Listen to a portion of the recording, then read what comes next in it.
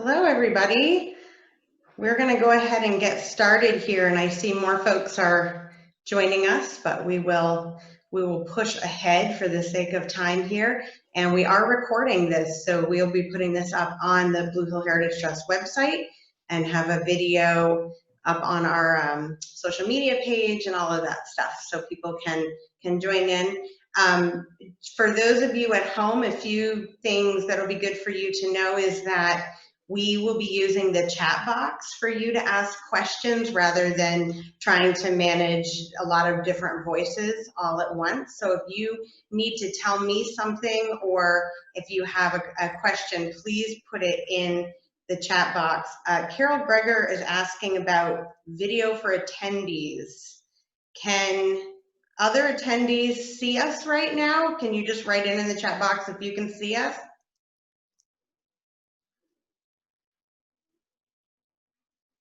George says that he can see us. Excellent. So Carol, I'm not sure why you can't see us. You might move your cursor around a little bit and see if you can change the panelists. So, and yeah, everybody at home is muted. So if you have a question, just put it in the chat box. So we're gonna get right started here. I'm Chrissy Beardsley Allen. I'm assuming probably most of you know me, but I'm the Development Director at Blue Hill Heritage Trust. And I had a big old party planned this year for our 35th anniversary, and then COVID hit, and we have had to really adjust and rethink how we wanted to do things this year.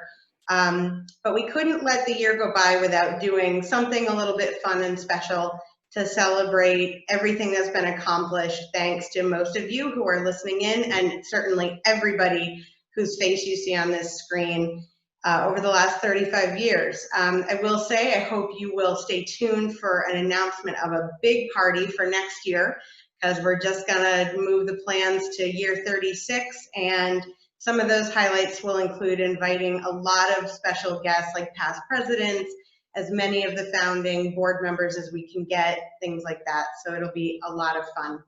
I just want to thank the Blue Hill Library. Some of you may recognize the backdrops of everybody except for Jim, and that is that we are all in different wings of the library so that we can take advantage of their lightning fast internet, but be safe.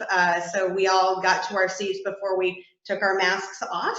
And we're very grateful to the library for letting us use this building so we can sort of be together to deal with any tech issues.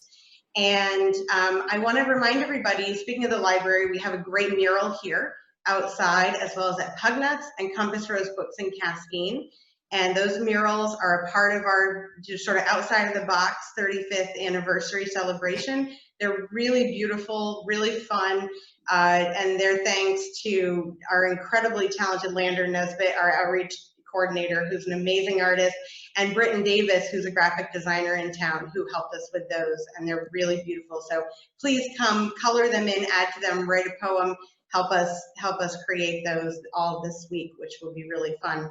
And tomorrow you should be receiving another email from me in your inbox, and it's going to be a really special tribute to the founding board of directors of the organization. It'll include the first newsletter from this organization that they ever sent out, and a really beautiful video from our friend Tate Yoder. So stay tuned for that. We are really excited to be sharing all of that with you. For the sake of time, I have a lot of people here who probably have a lot to say, and we're going to try to keep this to around an hour, but you know, if Jim gets going on a good story, or Peter, we're not gonna ask them to stop, and so folks can feel free to drop off of the call whenever they need to, and we'll record the whole thing if you wanna check back in with it tomorrow or the next day. So without further ado, I'm going to really quickly introduce our speakers, although I'm guessing that most of them really don't need any introduction for you folks. So we have Hans Carlson, who's the current Executive Director of the Trust, Samantha Haskell, who's our current Board President and the owner of Blue Hill Books, Sarah O'Malley, who is on our board. She was also very involved with the TCT Land Trust, which we merged with back in 2014, and she is an instructor at MMA. Ellen Best, who is currently on our lands committee, but she's been with the trust for over 30 years. She's been on the board, she's served on committees, helps us in a lot of ways. She's a local lawyer and a select board member, as is Jim Dow, who was our ED and involved with the trust for over 20 years. Jim was the first executive director for 16 years. And he is also now staying very busy as a select board member in Blue Hill. And last but not least, we have Peter Clapp. And Peter is one of the original rabble-rousers of this whole organization. He helped get it started, along with a few names that I see in the attendee box as well. And Peter has been on our board for all 35 years and is an incredible, invaluable member of the organization. So this is just an incredible group of people here. We're sorry not to have Ben Emery, who is sailing right now. He ditched us to go sailing, but that's okay because Ben certainly has paid his dues with this organization in the past. So we're gonna go on a little bit of a timeline with talking about the history, how the ball got rolling with the organization. We're going to talk about sort of where we are now and where we're going. But first, I'd like to ask all of our panelists to, in just 2 minutes, if you can, share with us your personal favorite Blue Hill Heritage Trust moment. And Samantha, I'm going to put you right on the spot. Oh, wow. Well, so my history with this organization goes back to when I was in high school. I mean, before that, when I was a kid hiking the trails, but Jim was my high school basketball coach and convinced me one summer to join as the Trust Summer Trail intern. And so I think this was the summer of 2005 or 2006. And I learned a great lesson that summer. So I was charged with painting the blue trailblazes on the post office trail, which is one of the new trails that needed to be marked that summer. And so I set off with my can of blue paint and my paintbrush, and I was, eager to do a good job and hiked up the trail and just painted away. And then I think it was Nick Sichterman, who's on the call, who hiked that trail after hearing that I had been painting the blue blazes and made a phone call to Jim to say, you might want to have Samantha turn around and look how frequently she's painting those blazes, because I had painted them every third tree and the whole trail was just bright blue. And it was this lesson in oh yeah, as soon as you paint the tree and you walk past it, you can't see the blaze you just painted. So it was you got to keep up with it. So, I learned the hard way that sometimes it's about the long game and the perspective and, looking for guidance in those moments when you feel like you're getting confused. Luckily, I don't think anyone has ever gotten lost on the post office trail in Blue Hill, and I'm proud of that. Excellent. Ellen, why don't you go ahead? Oh, you're muted. So I don't know that I have a specific memory, but I have to say that just being involved in the trust and then doing a lot of legal work for the trust and for people who are interested in the trust mission has just been the best thing I've done professionally. I've loved it. It's really been wonderful. And I've met such wonderful people doing it. Their motives are so generous and unstinting.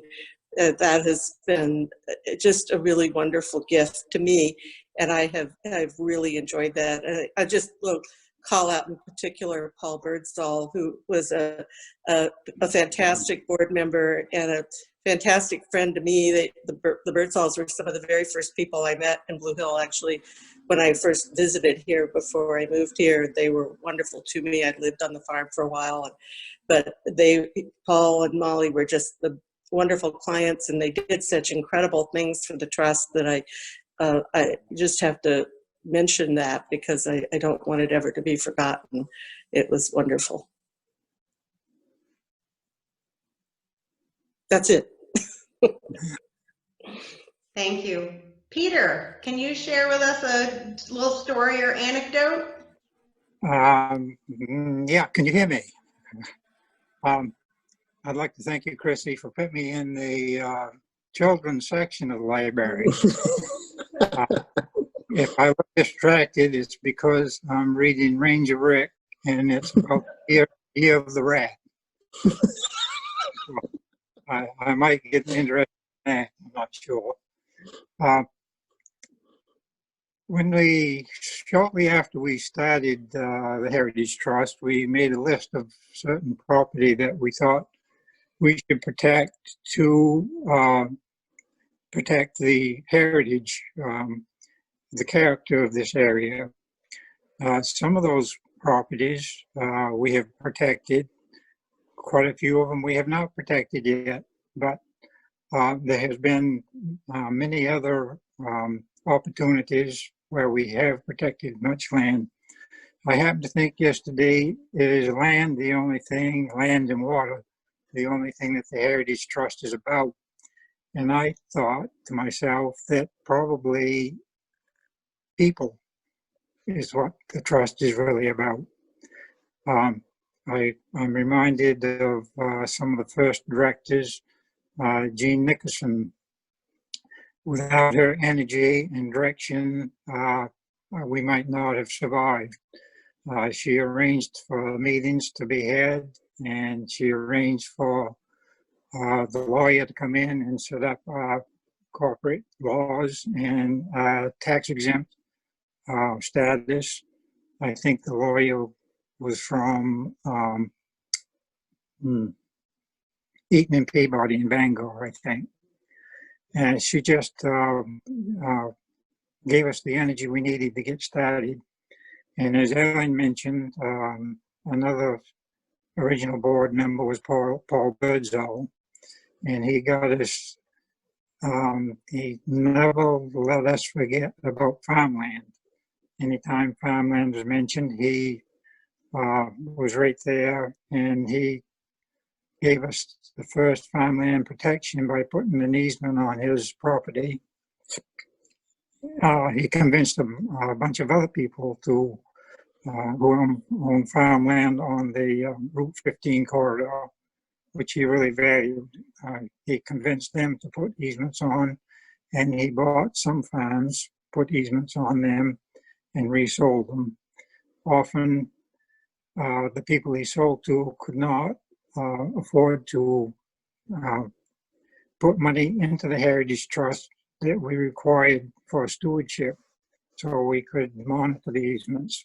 And Paul quite often added that money into our coffers.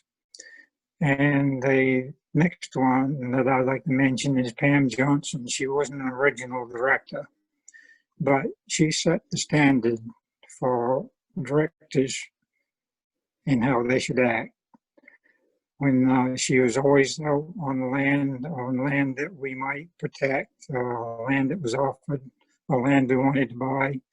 She was making a list of the clients, and she was noticing the other characters about the property, which made that property worth saving and protecting. And she always contributed monetarily to the organization. And when time came for her to step up as president, she was a little bit skittish, but thought she might not do a good job, but she did a fine job. In her quiet way, she really set the standards for how a director should be. And sorrowfully, when she passed, she left much of her worldly goods to the Heritage Trust, and it helped us pay for Surrey Forest and set up a endowment for stewardship for that property. So, yes, I like the land, I like the water, but it's the people and many other people besides these that I have enjoyed working with and got inspiration from.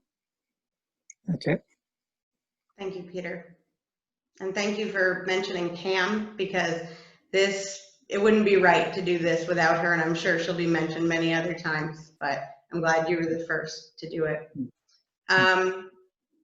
Sarah, want to go? Sure. My sort of, I have lots of memories, but the one I want to talk about is actually a little bit, not exactly with Blue Hill, but with the reaching back to the TCT, the Conservation Trust of Castine, Brooksville, and Penobscot. And as you mentioned, I was a board member there before the merger. And the memory I have is being in the office. We had this teeny little office upstairs above the health clinic in Castine, and it was in the nurses' quarters up on the second floor of the building, and these tiny little rooms that you could kind of imagine these nurses living in back when it was a hospital. And we had one of those for the office, and I was up there looking for some paperwork and going through the files, and I found this paperwork for this document from early in the organization's history, and my grandmother's name was on it, and as a board member, and I realized that she'd been on that board early in the iteration of that organization, and I had never really known that. And then here I was, 20 years later on that board, and it became very clear to me now, at that moment, like this truly is intergenerational, this work that land trusts are doing. And it is, we talk a lot about things having to be in perpetuity, and how that happens is one generation passing on to the next and the next. So as Peter was talking about, it's the people, and it's the connections between the people over time. So this is kind of really amazing moment for me personally, but then also speaking to that bigger, this is a long game, as Samantha said too, so.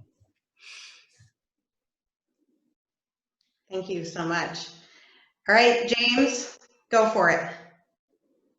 How can you possibly pick? Well, I was happy to see Peter say haven't not protected everything yet, because I'm an old land protection guy. That's how I got into this work way back when with the Nature Conservancy and then with the land trust. So I got a lot of highlights. We did dozens and dozens of land transactions, and every one was a highlight. We never celebrated them enough. I always thought that, because it was always, let's go to the next one, let's get another one, let's go to another one. But we had a lot. Everyone was a highlight. But I guess what I'd like to just share are those transformational moments in this land trust history, because there have been a few. Probably every day is one, but the big ones. The first capital campaign to buy a slice of the mountain that was going to be developed into home sites really made this organization realize that it could own land and it could raise money. And Ellen Werner was president at that point, and it was all a very volunteer sort of fundraising. Everyone really didn't know what they were doing. I remember I gave a little money because Ellen Best, we went to law school together, so we've been together a long time. She said, "Oh, you should contribute," and but that was a big moment. And the next big moment, which was the major capital campaign that went on in 1999 and 2000, led by Lorenzo Mitchell, who I have to say, unlikely fundraiser, but who was superb. He led the way. And not only did he lead the way, and we raised a couple of $1 million, and which allowed us to buy a lot of land, but he also, at the end of it, he said, I've been studying organizational development, as only Lorenzo would do. He would study stuff and learn how to do stuff. And he said, this organization needs to have a professional staff. And he said, now, I know the board is reluctant to do that because it means raising money and there's risk and all of that. So he said, I will donate money for 4 years to help support a professional staff member, which he did through the capital campaign. And I had been on the board for 7 years at that point, working for the Nature Conservancy, although I was living up here at this point. And I decided maybe I should throw my hat in the ring. And I was hired. And it was just a wonderful, big time moment in the organization to have a staff person who had been in the business. And I have to say, we never really needed Lorenzo's money because we started raising money right away, and we put his money into land, which is what I like to do. The next transformational moment, I think, was when we bought our first office. We had been a little organization, I mean, like Sarah was saying, living out of a little office here and a little office there, and people always wondered, who are these people and where do you find them? And we bought that house on the corner of Mountain Road and Route 15, and immediately people would stop me on the street who had no connection with the land trust, I thought, and certainly weren't members, and said, that's perfect. That's a perfect place for you guys. And something about the house spoke to people.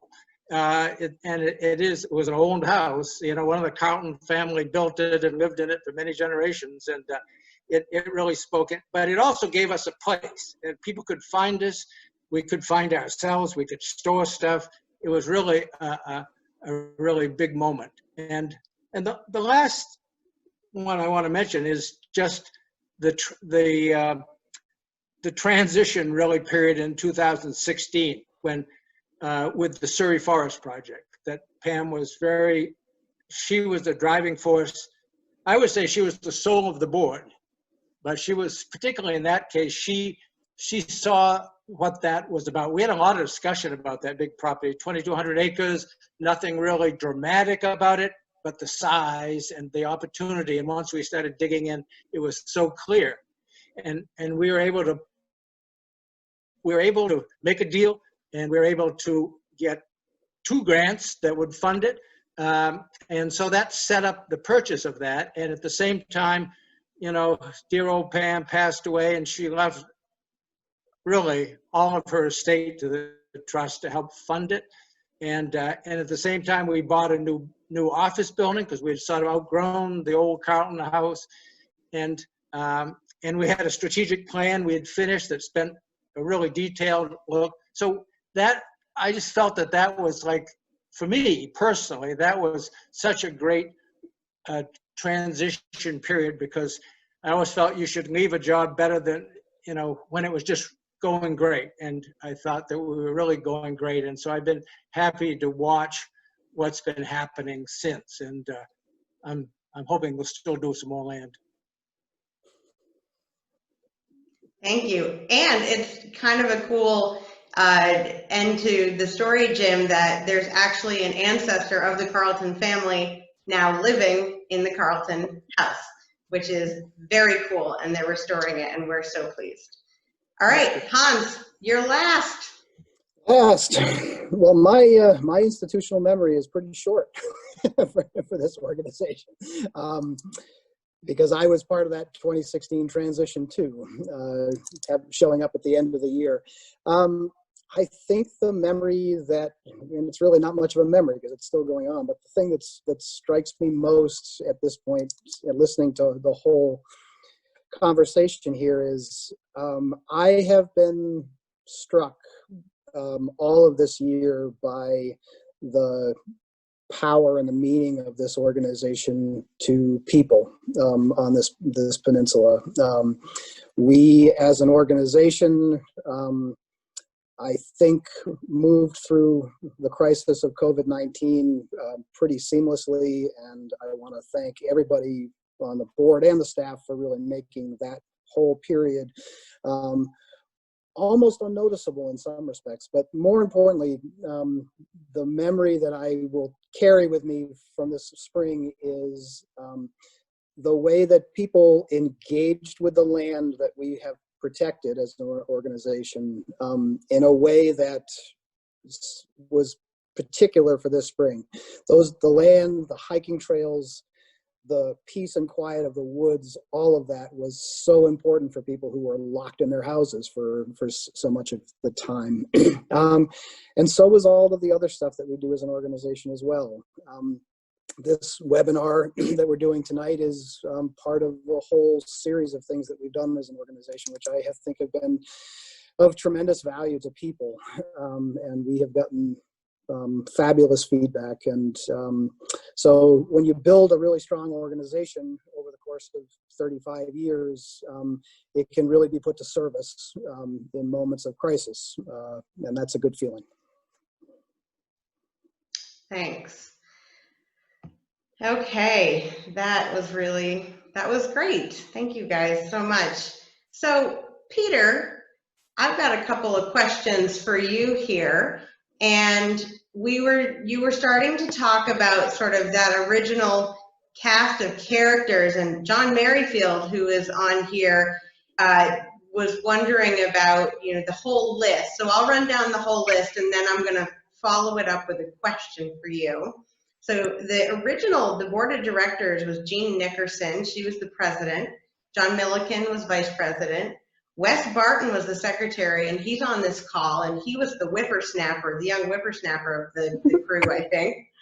Jay Crosby Brown was the treasurer. Paul Birdsall, Rufus Candage, Peter Clapp, Rodney Cookman, Terry Levesque, Ken Taplin, Robert Tomzak, I'm not familiar with that name, and Ellen Walker at the time, but Ellen Werner were all that amazing original board of directors who did so much, and we'll be highlighting them a little more tomorrow in the e-news blast.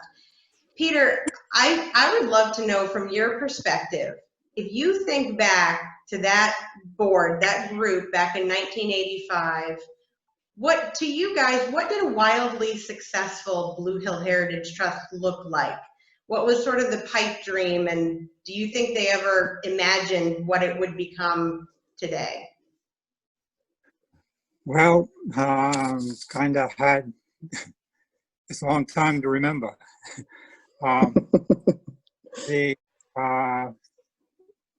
Looking back myself, to be wildly successful, we would have protected some land that would be available to the public, especially water access land.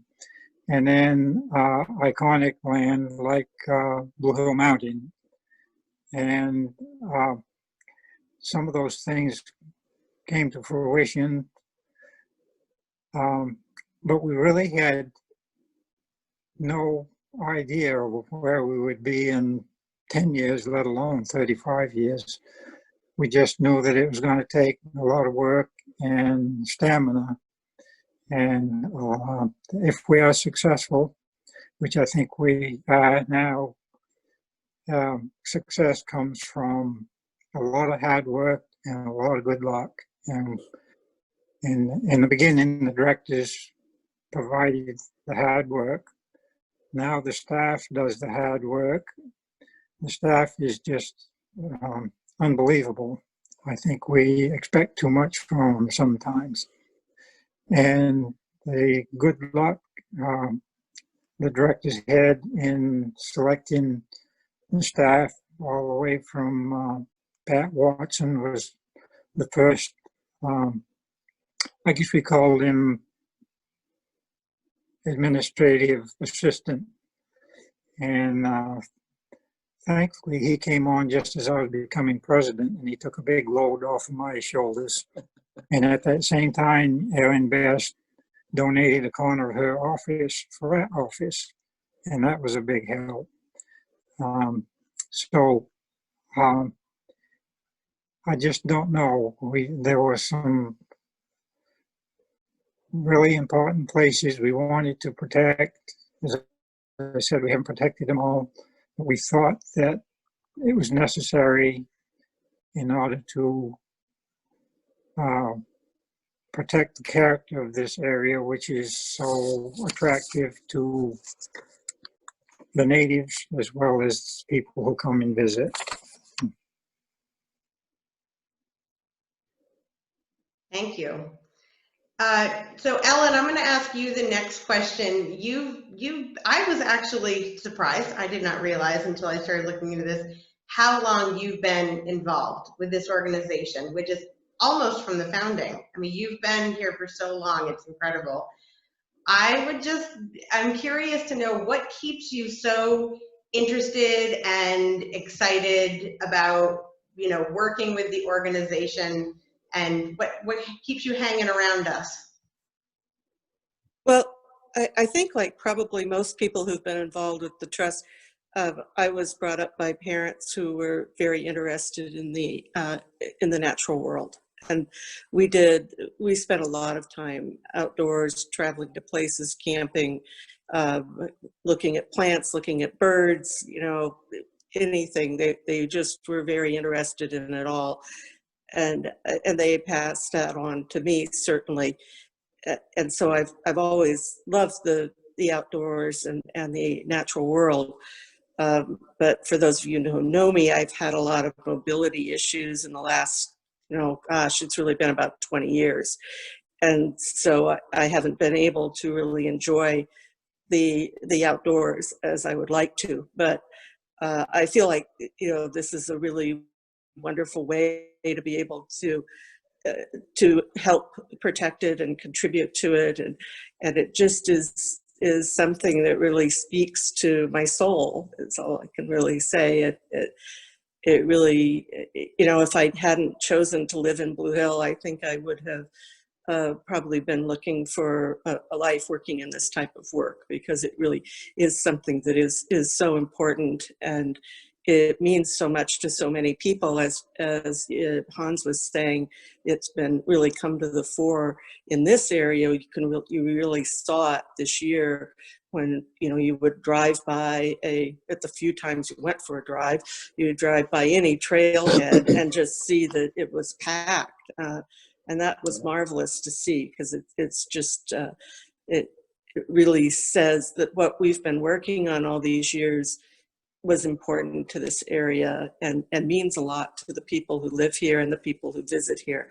And I think that's something we can all be proud of, and it speaks well for the future of the organization. So, of course, the other thing is, as I said before, the people are just fantastic, and I have loved working with the people on the trust, and have gotten to know a lot of different people through the trust. And actually, I dragged Jim Dow on the board, so I can take credit for that, which I was really happy that he joined, and then ecstatic when he became the director, because he's just been so good for the trust, and really helped lead it to a place where he was able to walk away from it and have it continue on. And Hans has done a great job of working on the trust the last 2 years, and really springboarding off that hard work that Jim did. So, but Peter, they're just everybody. I don't want to pick out one or two people, but I did want to mention Jim and Hans, and what a great job they've done. I also, I always feel appreciated by the trust, which is also nice, because it's a lot of work, and a lot of times it's not very intelligible to people what you're doing as a lawyer, and so it's nice to be able to to talk it over and have people understand what you're saying and appreciate the work that you put into it. We certainly do appreciate everything that you have done. It's amazing. Ellen, another thing, Hugh Curran is on, and Hugh reminded me that this is actually also the 25th anniversary of the conservation effort by that group, the Friends of Morgan Bay and Carter Nature Preserve. Can you sort of speak a little bit about that effort and your recollection of that as a board member? Well, that was one of those situations where, something gets brought to the attention of the trust that I think most people didn't know anything about, that there was this beautiful area there at Morgan Bay, at sort of the tip of Morgan Bay. I don't know what to call it, but and it wasn't, because it was all private and had been private for a long time. I don't think it was particularly well known as a place that would be so interesting. But, you know, there were a few people who came forward, and Susan Shetterly, you know, Susan always speaks for the birds and the plants, and she is an excellent advocate for them, and she will come and talk about those things, and won't be, you know, she'll keep bringing them up for years sometimes. As you may recall, she was an early advocate for Surrey Forest, you know, so this is one of those situations where, you know, a small group of people brought this out. And again, through the generosity of several people, we were able to get this great preserve there. And, you know, then also get access to it, because it's wonderful when people give you a piece of land, but when it's landlocked, can be a bit of a trial. You know, to have, you know, people do it over a period of time. I think it's one of the lessons where you learn that sometimes you have to accrete things. You have to say, okay, this is an opportunity that shouldn't be passed by, even though it isn't a perfect opportunity right now. It's, you know, we have something here we can acquire that, you know, we'll need more in order for its potential to be seen. And then, you know, over time, those things happen, you know, and often it's not a period of a few months, it's a period of years before those come to fruition. The Kingdom Woods is another example of that, I think. And well, of course, the Mountain Trail. I mean, that's a fantastic example of that. So I think that was a really good learning exercise for the trust, and pretty early on too. It all kind of flows together for me now. You know, if I think something happened 10 years ago, it was 15 or 20, you know, so it's a little, it's hard for me to know exactly when all these things happened, but my memory is that was really quite early. Yeah, and then, as you said, it takes time sometimes to finish those projects. And so, Jim, you can speak to the fact that many, many years later, you were working with other landowners next to Carter Nature Preserve and that whole area, like the Brennickmeyers, to add on to that trail and be able to secure better access. Do you want to talk about that for a second before I launch another question at you? Sure. I mean, it was, you know, one of the roles of the land trust, as I saw it, was to be a vehicle for people to protect places they really were dear to them. And the Friends of Morgan Bay were an active group, and they really put this together. And Hugh was, you know, is a strong advocate for that place and for these lands. And over the years, it was this notion of accretion that Ellen spoke about, that you keep your eye on opportunities to build out from a central place. And I don't know, Hugh, probably 5 new projects surrounded that over time, and it's really quite a place now. And some of that land we don't really get to yet. But and some wonderful people. They were wonderful people to work with out there, generous and in a really they were great projects. And I really was grateful for that group of people who were so passionate. And so, Jim, you mentioned that you worked for the Nature Conservancy, and then you came on board, and you were with the trust for a long time. And I'm curious to get your perspective on what some of the driving forces behind conservation have been, and really how they've changed. You know, obviously climate change is the big one that comes to my millennial mind, but what have you noticed in your sort of tenure in this field? Yeah, now that I'm old, you mean? Yes, that's what I was saying. Yes. Yeah, that's what you were saying. Well, I mean, one thing that's striking is the demographics. The people that were involved in the land trust movement early on, and even in the 80s, it's a very kind of a narrow slice of the wide demographics. And one of the wonderful things that's happened is that has broadened and deepened. And part of that is that initially there had to be some land. I mean, some land had to be preserved, and there wasn't opportunity you had to get the land first before you could invite people on it, and you could, and they could begin to use it and appreciate it. And that's what the Nature Conservancy was doing first when there was no community involvement. It was just protect land for the ecological value of it and recreation someday. And the Land Trust was, as a new little organization, we had to build a portfolio of land before we could focus on opening up lands for people to use, because stewardship's an expensive, big proposition. And and I think we're proud of in that stage now, movement-wide of deep into stewardship and education and public use. So change in demographics, change in the approach. And one other thing is, even in the 80s, the major tool was conservation easements, which private land still with some restrictions on future use, not acquiring. I mean, Maine Coast Heritage Trust, which began in 1970, was not doing anything but conservation easements, and they weren't even holding them. Little land trusts like Blue Hill Heritage Trust was accepting those easements and holding them. They were sort of conservation brokers, if you will. And they didn't own land until, I don't know, early 90s even, or late 80s.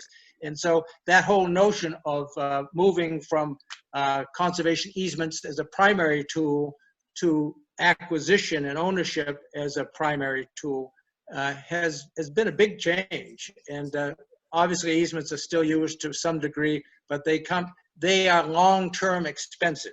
And that's the thing that is coming home to roost, is that easements seem inexpensive at the outset, but over the long term, as owners change and change again and change again, they require a lot of time and thus money.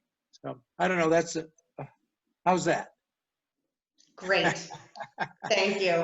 I love that the breadth of people involved now is so much wider. And include, I should say, as a municipal official, that municipalities are included in that breadth now. Even when I began at the Land Trust, back in the 80s with the Nature Conservancy, boy, dealing with municipalities was a war. I mean, it was like they didn't want to see us, they didn't want to know about us, they didn't like us, and that was kind of true early on for the Blue Hill Heritage Trust. The town officials who operate on a year-to-year budget and are very concerned about taxes, and we are very concerned about taxes, especially this year, I should say. But that relationship all across the state has changed. It's like an appreciation of the value of having conserved land in a community that provides opportunity for people to be on the land as well as to protect visual places of visual interest and historic interest. It's a big difference. Yeah, and that's a little, actually kind of a question that our good friend Randy Curtis had, which he wanted to know how Ellen likes working with you on the select board specifically, but I'll skip that one.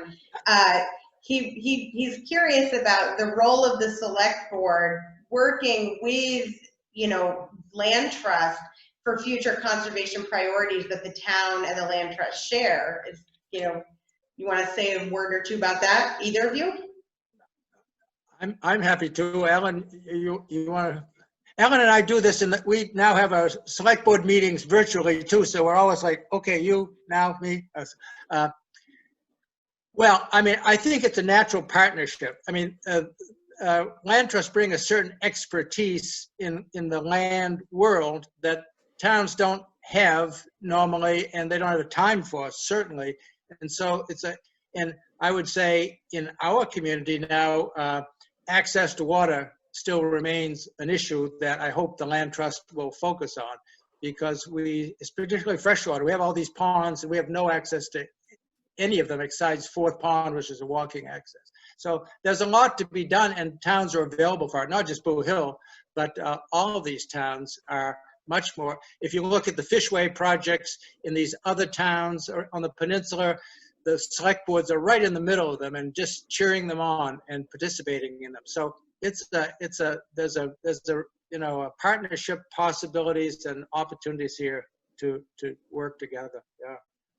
Yeah. I would say it wasn't really a partnership, but I was extremely glad to see Maine Coast Heritage Trust bought the piece on the salt pond that the town was not able to buy, or the town declined to buy, I guess I should say. And that was an extraordinary piece of property in terms of recreational potential, and to have it saved by MCHT to me was just a really wonderful thing, and I was so pleased about that. And thanks to Siona Ulbrich for her work on that, and and so many other things. She's been super helpful to us on the board in terms of thinking about various kinds of grants and things we might go after, and making us aware of things, which is great. And as we have time to work on those, we are. But it's just a wonderful thing to have somebody, that resource out there, and I really do appreciate that a lot. Yeah, collaboration is a really important part of what we do, and I like to say that all the land trusts in this area play really nicely in the sandbox together. We support each other, we collaborate on big projects like Caterpillar Hill's another great example with Island Heritage Trust and Maine Coast Heritage Trust and all these things. And that's a great segue actually to my question for Sarah, which is, TCT is a really sort of interesting organization in that it was, if it wasn't the first, it was one of the first community-based land trusts, the first, Jim, in the state of Maine, right out of Castine, which is just really neat. So can you just speak a little bit about TCT? And of course, they merged with Blue Hill Heritage Trust in 2014. Yeah. So it's interesting thinking about the parallel development of these two organizations that have now become one. TCT, as Jim confirmed, was the first community land trust in the state, sort of community driven in a one town, and it started in Castine. It was the Castine Conservation Trust, and it was driven, I believe, the impetus was a piece of land, and in fact, I think it was Ram Island in the harbor. There was, it was up for sale, and there was development pressure, and people were afraid it was going to become private after having been sort of publicly usable for a long time, and money was raised, and the island was bought and then protected. And that, there were a lot of really active people in Castine, in the Castine communities, summer community, but not entirely summer community, that were involved in that. And then, they grew as sort of Jim's history talking about, there were certain parcels in town that were purchased, but it was a lot of easements, and they realized that Castine itself is at the mouth of the Bagadoos, and so there was protection and conversations happening across the town lines with Penobscot and then Brooksville right across the harbor, and eventually the organization decided they were doing enough work, not just in Castine, to change their name. But even all that time, it was an all volunteer board. It was an all volunteer organization, and there were no paid staff. Maybe a bookkeeper occasionally, and I think they maybe tried a very part-time person at one point. But it stayed volunteer probably longer than it really could, as the land trust movement became more and more and more professional, and the sort of the legal aspects and the paperwork and the documentation and all of that becomes something that you really do need paid staff to deal with. And TCT ultimately got to the point where volunteers couldn't sustain that work. So there were kind of two options, right? For the board to take a real step and say, all right, we're gonna do the fundraising and hire somebody. And they took the other direction, which was we need to find somebody else to help us protect these in perpetuity and make a big organizational change. And so there was a collaborative project with BHHT that was kind of the test run. And then there was the formal merger. And so that was we're really lucky from the TCT perspective that Blue Hill Heritage Trust was in a position to have already sort of made the shift into having professional staff and could absorb these properties along with Maine Coast Heritage Trust. There was a sort of a dividing there in terms of the TCT properties, but we had these other organizations in the state that could continue to preserve these properties. When the lifespan of the TCT kind of went full circle and kind of came to its end. So that was, it just speaks to the strength of these other organizations, and that, as we grow, the work really does become professional. And again, we've talked about our staff here. They're amazing. And we could not be doing the work that we're doing without the staff that we have now. So. Chrissy, can I add an addendum to your earlier question about the changes? And one of those is that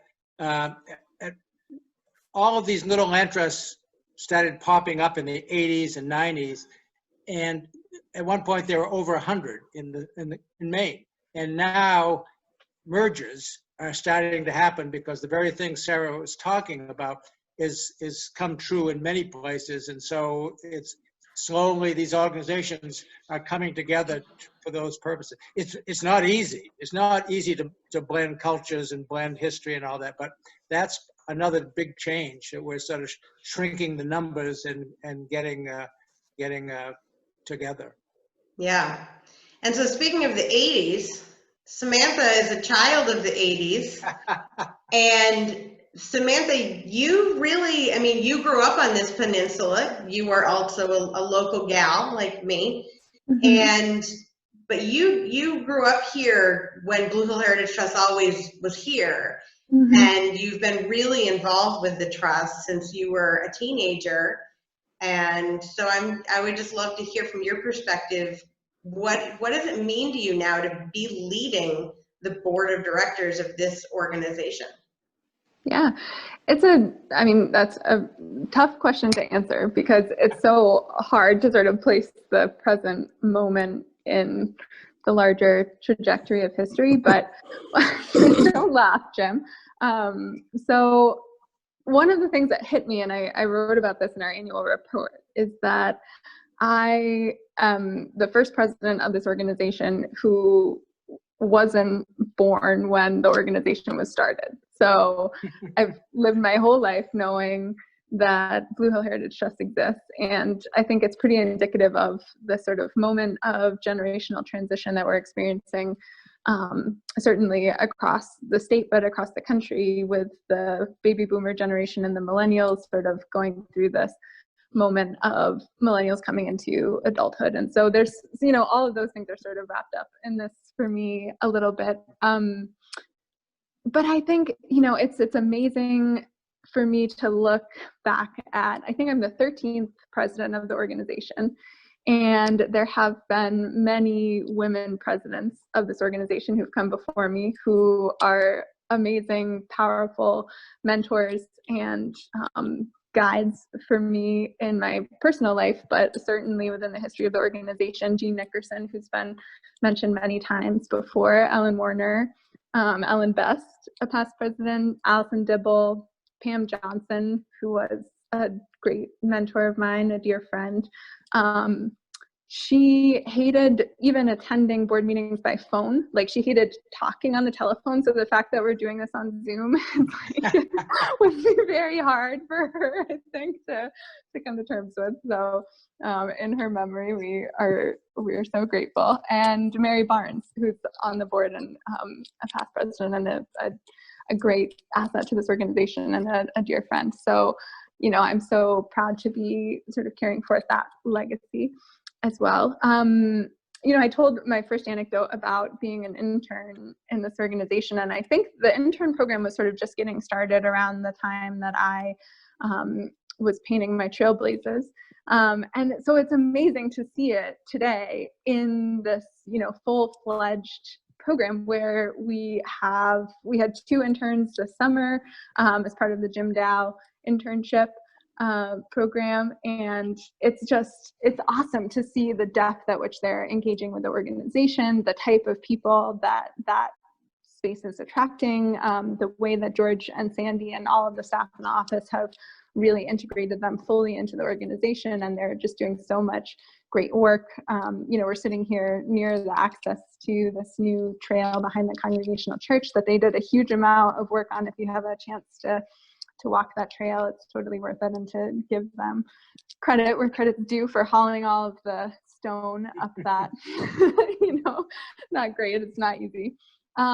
Chrissy, I also remember the conversation when you were interviewing for your position as outreach director, and it was when Bonnie Copper was still on the board, and she'd been running outreach for a long time as a committee, all volunteer committee, and that was like a real turning point for the organization, where that, you know, our outreach and our understanding, like many people have mentioned, talked about the importance of engaging with community and the role of people in this organization, and bringing you on board was just like took that into the stratosphere. And to see that transition now going on to Landora, and you know, her work with Forest Days, and seeing the kids that she's engaging with, and just, you know, this perpetuating of generations becoming involved. You know, now I get to look as a 30-some-year-old and see these little kids, you know, so excited to be going to do this programming, and just watch, you know, this is the meaning of perpetuity for us, and it's beautiful. You know, I feel so fortunate to be involved with the organization at this point. You know, the annual meeting is usually a time where we instill in the membership how well things are going and how stable things are, and that's certainly, you know, that's certainly true, and we can very proudly say that we're in a really good place. As Hans said in some of his earlier comments, you know, I think just the way that the organization was able to respond to this first wave of coronavirus this spring, you know, I'm not in the place of saying that it's over yet. We're definitely not out of the woods, but I think, you know, I've just been so impressed with the way that the organization has been able to respond to that. And I think that's a real testament to, you know, a 35-year legacy of people really caring and building an organization that is stable and lasting and headed in a good direction. What else to say? I probably also serve on the board of the Maine Land Trust Network, which the Blue Hill Heritage Trust has been involved with for a number of years now. And it's a real, I'm really proud to represent the trust in that space, because we do have this great reputation sort of statewide. And Chrissy, you and I presented at the nationwide Land Trust Alliance rally last year, and it's been a real sort of pleasure to see the organization grow in these larger platforms as well. So yeah, I'm very proud of where we are, and I'm proud of the board we have right now, and I'm proud to be a part of it. Thank you. And that's a great transition now over to Hans, because Hans is kind of the new face on the screen here, although he's been here for several years now, and I'll just say he's doing an awesome job, and it's really been so fun to be here. I've worked for the trust since 2015. I came in under Jim, which was really exciting for me because I knew of Jim. I really was glad to get to work with him and get to know the organization. And then this like terrifying transition of a new ED coming in, and it's turned out to be so terrific. And the whole staff and all my coworkers are fantastic. I just feel really incredibly lucky. And so Hans, you know, you moved to this area for the trust because you were interested in working at the organization. And I wonder if I was going to hop in a time machine and ask, you know, show 2016 Hans where this organization is now in 2020, you know, what would he think? Because, I mean, as Jim said, we would buy a piece of land and not really celebrate because we're on to the next one. And boy, howdy, is that true the last few years? Boy, so in honesty, what attracted me to the job posting was that I'm an upland boy. I've spent my whole life in the mountains, and I had never lived by the sea before, and so I was intrigued by that idea. And I also knew a number of people in the Maine conservation world, and I had conversations with them. And as Samantha just said, Blue Hill Heritage Trust has a very good reputation across this state, for very good reasons. And so I heard good things even before I came up here to interview. But when I interviewed, that's when I started interacting with all of the people that are involved in this organization, and both board and staff and past staff members. And the level of passion for what this organization was doing was really, really palpable. I have this memory of sitting in the conference room in Carlton House, and I feel like there were like 24 people there interviewing me, but I think it was probably less than that. And I was desperately trying to like keep a hold of names and remember, you know, who I was talking to. But everybody there was so engaged with trying to find the next person who was going to, you know, run this organization. It really meant a lot to them, and they clearly didn't want to get it wrong. And that was the moment in which, you know, I sort of decided that, you know, these are the kind of people that I want to hang out with. The other thing too, and this is kind of a boring detail, but it's worth mentioning, that if you spend enough time in the nonprofit world, you come to understand how important those sort of boring foundations of policies and procedures and all that kind of stuff is for the success of an organization. And this organization right up front was clearly one that had put that sort of, you know, not very sexy work in to create the foundations from which they could build some really impressive projects. But really, it was Surrey Forest which really engaged my imagination. So I was director of a conservation organization down in Connecticut, which was a 6,000 acre forest down there, which had been under conservation and management for more than a century at that point. And it was a forest which had been pretty well cut over and even treated worse than Surrey Forest. It was treated in 2014, if you can believe that. And I remember, you know, often sitting in my office there and looking out at this conserved and, you know, landscape, which was absolutely beautiful, is absolutely beautiful, and thinking, I wonder what it was like to be here at the beginning of all this. And of course, Surrey Forest is the beginning of all that. Great Mountain Forest, where it was before, not only regrew over the course of a century, but was cared for by people over the course of a century. Very dedicated people who really wanted to see something happen there in terms of conservation, in terms of wildlife, in terms of all the things that we care about. And having the opportunity to step into what turned out to be essentially a turnkey forest, because by the time I actually got here, I got to sign the papers, but it was all done. And then, of course, we turned around 2 years later and added another 2,000 acres 5 miles away. And all of a sudden, we're in the large landscape stewardship business here. And that's such a powerful thing for us in this world right now, because those properties, and really all of our properties, are this huge community resource asset that we hold on behalf of people. And those places are the opportunity in which, you know, that give people the opportunity to touch the land, to not just go out there and enjoy the view, which is part of it, but actually go out there and do some things, watch us do things on these properties, and really engage with that human conversation, which should be ongoing in our culture, to heal these two forests and make them better than they are now. That's sort of the essence of the work. Hans, can you talk a little more about stewardship? Because as Peter and Samantha and Sarah can attest, our organization's been talking about that word a lot, and we use that word. It's a very big word for us. It's sort of an umbrella, and a lot of different things fall under it. And can you just talk for a minute about stewardship? Sure.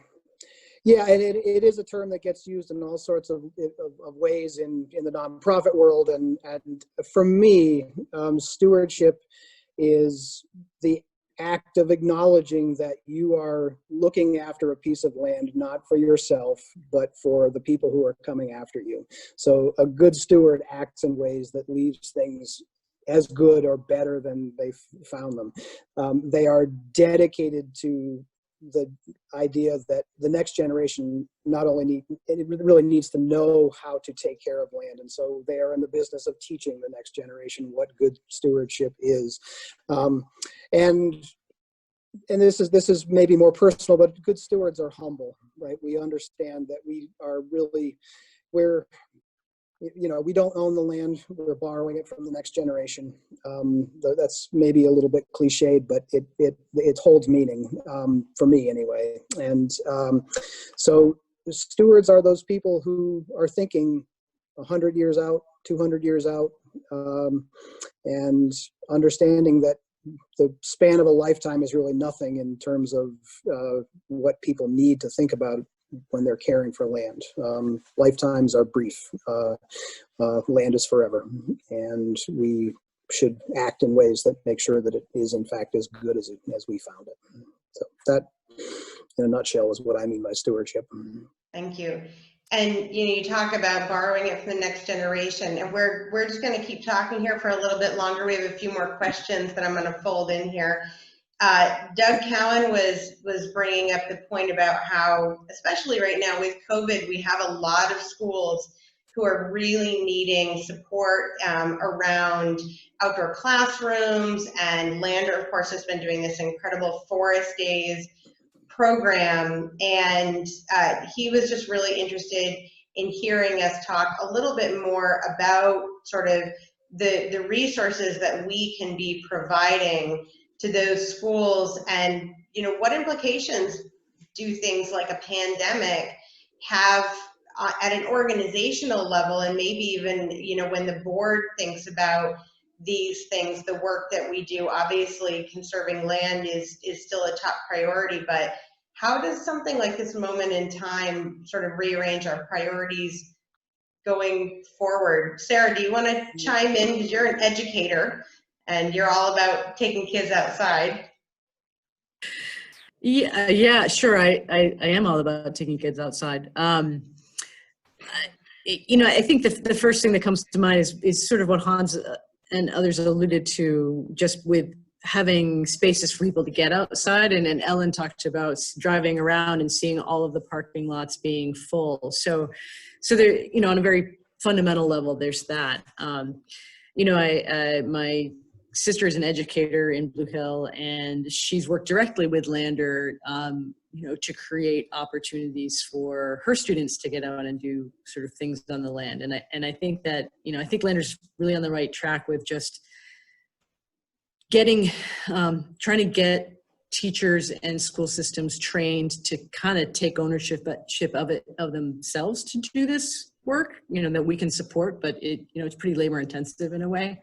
But strategically, yeah, I think you're right. It does need to be on our radar above and beyond just outreach, that things, as we've experienced really quickly this year, things can change and the needs present themselves quite dramatically, in terms of outreach. And could be anything else as well, but the current thing we're talking about is outreach, and how do we help schools, use the land to the best use for them, and to help keep their students safe and outside. So this is a really crucial moment, a critical moment in environmental education.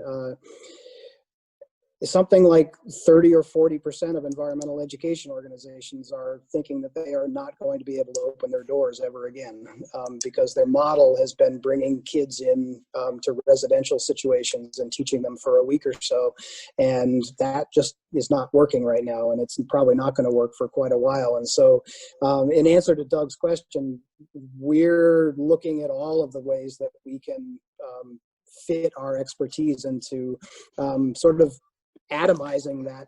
We can't bring large groups of kids together and do environmental ed anymore, so we have to do it in dispersed locations, which means engaging teachers more than the kids themselves. And that's a real learning curve for us. It's also a real learning curve for the teachers who are going to have to do it above and beyond all the other learning curves that they're having to go through right now. But it's an opportunity too. I think we have the opportunity to do some really good work if we are courageous in, in engaging with this issue. Yeah, and one of the other questions that was brought up was around sort of the idea of this re-envisioning how we use the land, and do land trusts start to work with municipalities for securing affordable housing, for, you know, harvesting products and creating jobs on the land, things like that. I wonder, Ellen or Jim, are there any, you know, are there any conversations you can speak to about sort of the affordable housing crisis, and what do towns do in this situation, and do towns talk with land owning groups? Well, the affordable housing is, it's been tried. It's a very difficult issue. I know in Stonington, they've set up a separate organization, and actually Siona from Maine Coast is sitting on that board. They're trying to figure it out, and not easy. It's so I don't know, but part of one thing I wanted to say is that for an organization like the Blue Hill Heritage Trust, it's a challenge to stay true to your purpose and your mission, because it's so easy for any organization, but it's really a strength of an organization if they can understand their mission and try to adhere to it, and not get pulled in 1,000 different directions because they have good people, they have some brains, they have some money. So I think that's one of the challenges in this time that the Land Trust will face, is just where can we add value that's consistent with our mission, and where are we, what is a distraction that others are going to have to pick up and run with.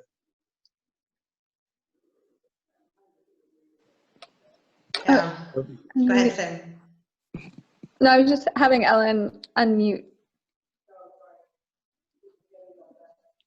Keep forgetting that part. I just want to say I wanted to just agree with what Jim said. It's so difficult. I've been involved in from a couple of different directions with some of the efforts to help land trusts be involved with affordable housing, you know, some dating back actually decades on this peninsula.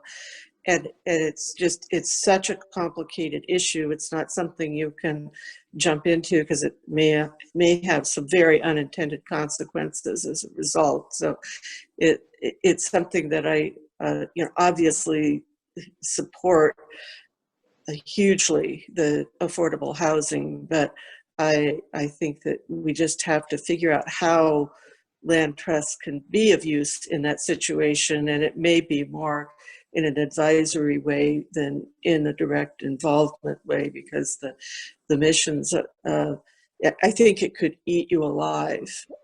Really, it's such an intense subject. I think missions are an issue, and just expertise is an issue as well in that. Owning land is very different than owning housing stock, and you have to be careful, knowing what your expertise is and knowing what your expertise isn't. But that said, land trusts can partner with organizations that do have that expertise, and I completely agree with Jim that you need to focus on staying true to your mission. You also have to focus on your mission being aligned with the times that you live in and the needs that you live in, and those change as well. So it's a really delicate balance. I think it was a really powerful moment in the organization when we recently updated our mission statement to include the idea of promoting ecological, economic, and community health, which are, you know, big things to take on as an organization. And I think, speaking to what you were saying, Hans, and a couple other people had mentioned, I think the partnerships and the relationships that this organization has built over time and continues to build are a big part of this larger puzzle of building a resilient and sustainable community.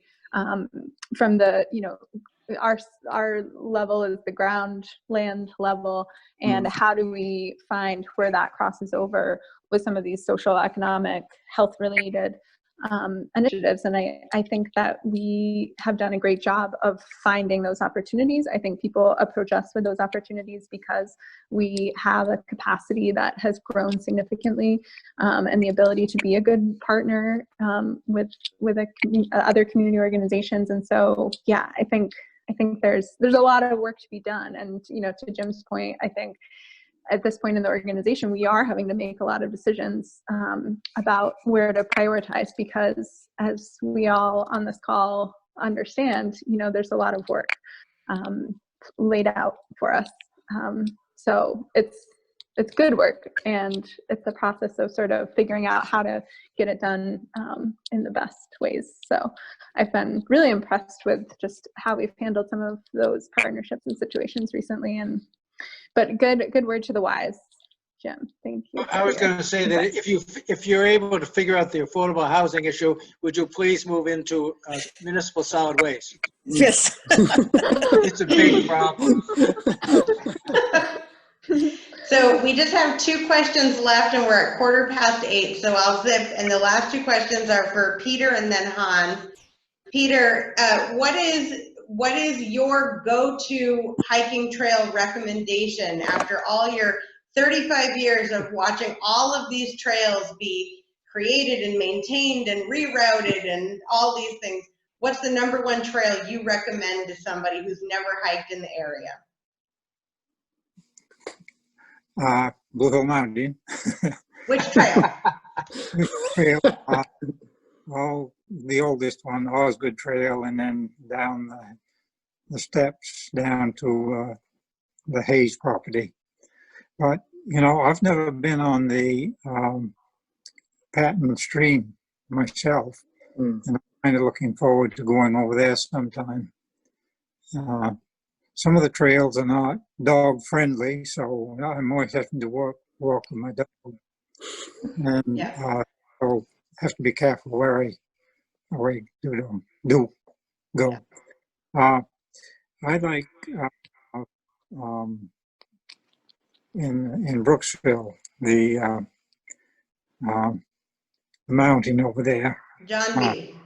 Yeah, John B. Mountain. I like that real well. Yeah. I'd say that was, other than Blue Hill Mountain, I'd say that one would give a person the perspective of the coast of Maine as much as. Yeah. Yeah, that's a beautiful one. And Patton Stream right now is full of cardinal flowers. It's really gorgeous, really beautiful. All right, Hans, the last one is for you, and it's just to, you know, maybe say a word or 2 about the acquisition of Surrey Forest, which you came in at the tail end of, and then Meadowbrook, which is a newer one for folks and also enormous and a 5-mile loop. And can you say just a word about those properties and how we acquired them? And then I'll give you the last word before we sign off. Okay, yeah, Surrey Forest, as Jim talked about, was the real philosophical conversation about owning a large piece of land like that. And I think once the trust made that initial decision, the decision to purchase Meadowbrook was actually not that hard. And both of those parcels were funded by large grants. So Jim said that there were 2 grants that were written for Surrey Forest by him, and both of them were given. We could only use one for Surrey Forest. Meadowbrook came up as an opportunity. I asked about using the grant that we weren't accepting as the money for Meadowbrook, and they said yes, but you got to rewrite the whole application and we'll look at it again. So I did that, and that money was shifted over. So the money for those huge pieces of property actually fell into place rather easily. The larger picture with both of those is that they were forests which were managed, if you like. Surrey Forest in particular was cut over very hard, Meadowbrook less so. They come with some infrastructure that the trust has not historically dealt with, like roads and bridges, and that is both an opportunity for giving people a different kind of interaction with large pieces of land, but it's also a large expense for the trust now. So that was the part of stewardship that I didn't talk about, which was that it costs a lot of money, as somebody said before. But those two properties have protected a scale of the landscape which is different for this peninsula. They are by orders of magnitude bigger than other protected on this land on the peninsula. They are experiments in progress, because they're not just, I mean, they are for the habitat, they are for the growing of the forest, but they're also opportunities for people to do research, and they're places to take people out for large educational programs when we get back to doing that. So they continue to be sort of a game changer for the organization in many ways. They have challenged us. Well, we would not have hired a forester to work on those if we didn't have big forest land. So that's one small example. So yeah, it's yet to be seen exactly how those two big forest parcels are going to become. And many of us on this call, myself included, may not be around when we actually get the answer to that question. Because it takes forests to work on their own time scale. So. Do you want me to wrap things up? Well, thank you everybody who participated on this call. This is a wealth of knowledge here on this screen in front of me, and I've learned some things tonight, which I'm very grateful for. I'm very grateful for everybody who's out there listening, and for the questions. The trust is in good shape. We are rolling ahead, and we are continuing to do good work, and we are doing it because all of you support us in the way that you do. I can't say that enough. Thank you for all of that. And I hope that next August, for our 36th annual meeting, we will all be in a large space together, where we can clap and do all the things that we're supposed to do when we gather together. So thank you, everybody. Take care. Thank you so much, everybody. Good night, and thank you to our speakers. This has been really special for me. Have a good night. Come color the coloring pages in and watch the video tomorrow.